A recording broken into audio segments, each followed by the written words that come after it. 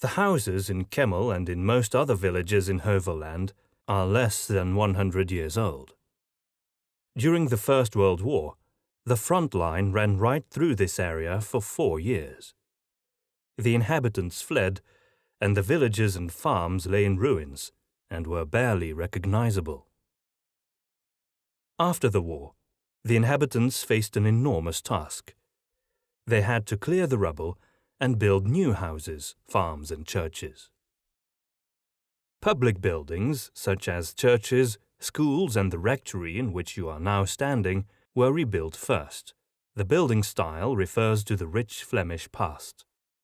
Soon after, the houses followed.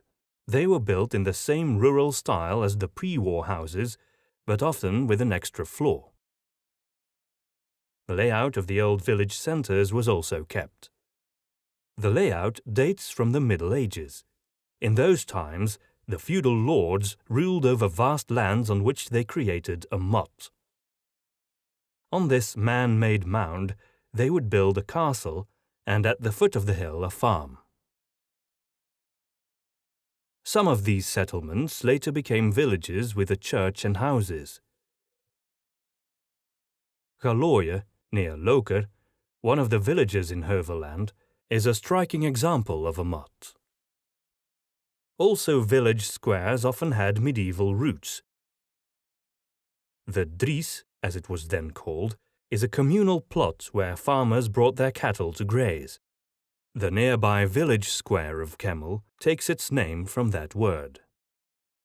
South of Heuvelland is the city of Mezen, the smallest city in Belgium with around 1,000 inhabitants.